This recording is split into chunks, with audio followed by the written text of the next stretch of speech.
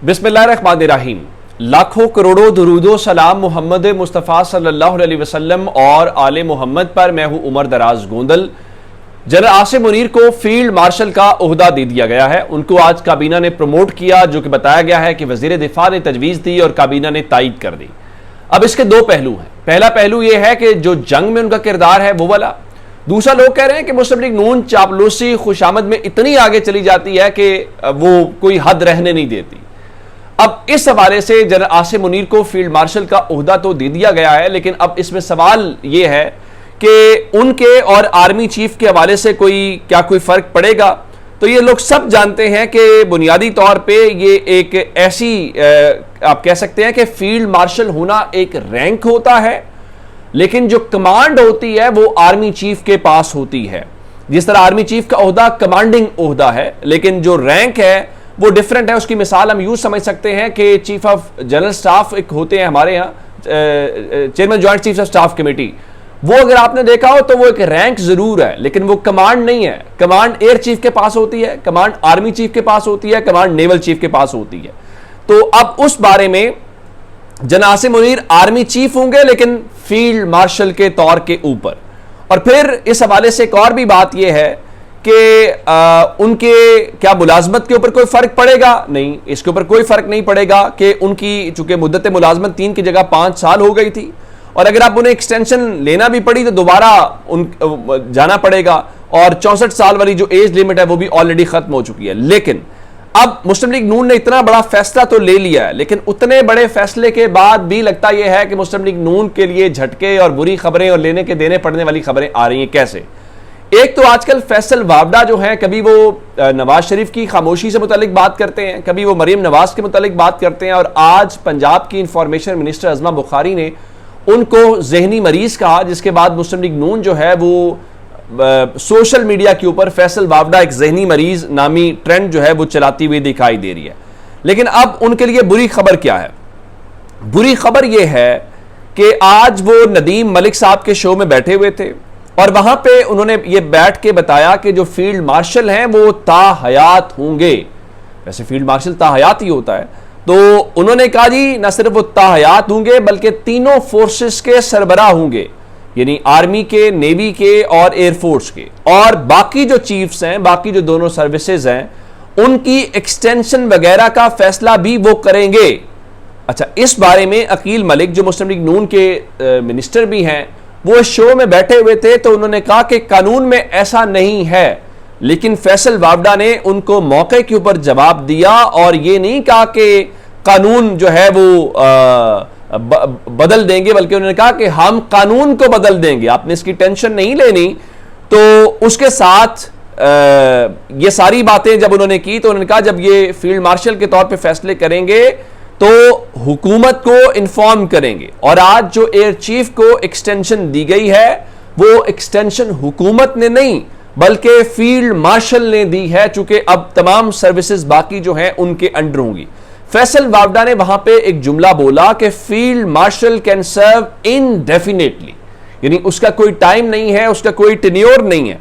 अगर ये सूरत हाल है तो देखना यह पड़ेगा कि मुस्लिम लीग नून ने इसमें से कमाया क्या है। अब अगर वो ये बात कर रहे हैं, अब हुकूमत ये कहती रहे कि आर्मी से मुतल्लिक कानून देखना पड़ेगा, अभी देखा नहीं है, लेकिन अब ये लग रहा है कि चीजें शायद वो कर तो ली हैं, लेकिन हुकूमत अपने तौर पे जो उन्होंने कर लिया है, क्योंकि इसके ऊपर कोई पार्लियामेंट के अंदर बहस नहीं हुई, कोई पॉलिटिकली बहस नहीं हुई, और ये भी नहीं हुकूमत ने कोई ऐलान किया हो उसके बाद किया जाता, लेकिन हुकूमत ने आज सिर्फ फैसला करके बताया है। अब वो क्या होगा वो देखने वाली बात है। दूसरा, इमरान खान के हवाले से उनकी 2 बहनें आज मिली, अलीमा खान साहब को छोड़ के, और सलमान अकरम राजा की मुलाकात हुई, और सलमान अकरम राजा साहब को इवन यकीन नहीं आ रहा था कि उनकी आया मुलाकात होगी कि नहीं होगी। तो इस बारे में सलमान अकरम राजा साहब ने ट्वीट किया है, उन्होंने कोई मीडिया से बात नहीं की। उन्होंने कहा जी 2 माह के बाद वजीर आजम इमरान खान से आज अडयाला में मुलाकात हुई, उन्होंने वतन अजीज में इत्तेहादो यगानिगत पर जोर दिया। मोदी शिकस्त के बाद कोई मजीद हिमाकत जरूर करेगा, मैशत नौजवानों के इन्हिमाक व लगन के बगैर नहीं चल सकती, जुल्म के सहारे खड़ी मसनूई हुकूमत इत्तेहादो इन्हिमाक पैदा नहीं कर सकती। अब ये एक स्टेटमेंट है। दूसरा, इमरान खान ने आज ये कहा है कि फौज भी मेरी है, मुल्क भी मेरा है, इत्तेहाद का वक्त है, पार्टी और अफवाज में इत्तेहाद होना चाहिए। अच्छा, अब ये सारी सूरत हाल इमरान खान की है। दूसरा, आज जो कोट लखपत जेल से तहरीक इंसाफ के मुख्तलिफ रहनुमा हैं, जिसमें डॉक्टर यास्मीन राशिद हैं, इजाज चौधरी हैं, शाह महमूद कुरैशी हैं, आ चुके वहाँ पे लखपत के अंदर जेल ट्रायल था और हमारे बहुत सारे सहाफ़ी दोस्त गए हुए थे। तो उनके मुताबिक वहाँ पे इन तमाम जो असीरान हैं उन्होंने फ़ौज को, पाक फ़ौज को सलाम पेश किया और उन्होंने कहा जी जनासे मुनीर की क़यादत में अफ़वाज ने बेहतरीन अंदाज में दुश्मन को जवाब दिया। और इवन डॉक्टर यास्मीन राशिद ने कहा कि जंग में कामयाबी पर पाक फ़ौज को सलाम, जनरल आसिम मुनीर की क़यादत में फ़ौज ने बेहतरीन परफॉर्म किया, एयरफोर्स ने कारनामा सर अंजाम दिया, ऐसा कारनामा जो मुद्दतों याद रखा जाएगा। और उनके मुताबिक भारत के खिलाफ पूरी कौम फौज के शाना बशाना है। 2 साल बगैर किसी सजा के मैं जेल में हूं, यानी वो लोग जेल काट रहे हैं, लेकिन उसके बावजूद वो इस बारे में क्या कह रहे हैं कि हम अफवाज के शाना बशाना। एक बात हो गई। अब इन सब बातों के बीच में जो मैं आपको कह रहा था कि तहरीक इंसाफ के ऑफिशियल अकाउंट से भी खामोशी है, ये चीज़ें उस तरह से नहीं हो रही।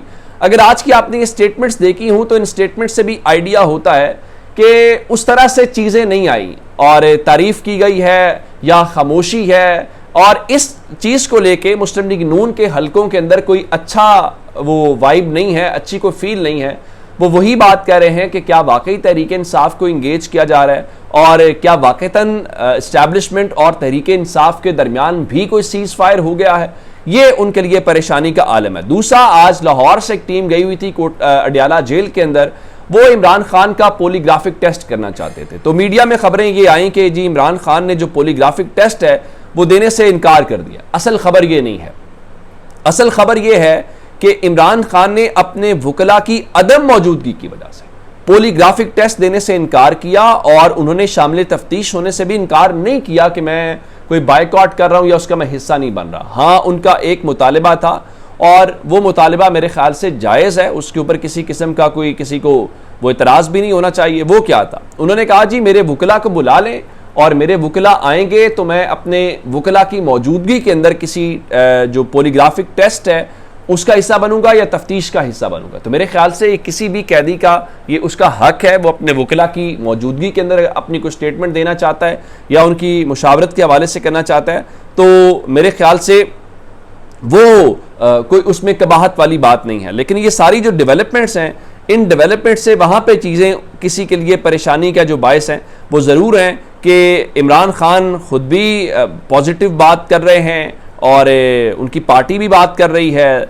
और उसके बाद वो इस चीज़ से कोई बायकॉट भी नहीं कर रहे। और फिर वो जो ब्रीफिंग वाली बात है, तो आज भी बैरिस्टर गौहर भी मिल के आए तो जी इमरान खान ने मुलाकात में ऐसी किसी ब्रीफिंग का तज़किरा नहीं किया। अब सच्ची बात तो ये है कि अगर कोई इमरान खान से मिल के आएगा तो इमरान खान किसी को क्यों बताएंगे कि जनाब मुझे कोई ब्रीफिंग दी गई है, या अगर उनको इस लेवल के ऊपर चीज़ें हुई हैं जो स्टेट लेवल के ऊपर हैं तो इमरान खान उसका कोई ढंडोरा तो नहीं पीटेंगे ना, या वो इमरान खान हर किसी से तो ये तो नहीं कहेंगे इधर आओ मैं आपको बात बताना चाहता हूँ, मुझे फ़लाँ शख्सियत आई थी और उन्होंने मुझे ब्रीफ किया। तो ज़ाहिर है इमरान खान एक नेशनल लीडर हैं, तो नेशनल लीडर को नेशनल तकाज़ों का भी पता होता है, तो वो पूरे कर रहे हैं। अच्छा, दूसरा, आज मौलाना फजलुर रहमान के हवाले से खबरें आईं और एक ज़ाहिर परेशानी वाली खबरें थी उनके ऊपर फायरिंग के हवाले से। तो अब से थोड़ी देर पहले जो उनके तर्जुमान हैं असलम गौरी साहब, उन्होंने बताया कि जो JUI के सरबराह मौलाना फजलुर रहमान हैं उन पर फायरिंग की खबरें बिल्कुल गलत है और उनके मुताबिक इस तरह की झूठी खबरें फैलाकर उनके कारकुनों में इज़्तिराब न पैदा किया जाए और मीडिया जो है वो झूठी खबरें फैलाने से पहले खबर की तस्दीक ज़रूर कर लिया करे।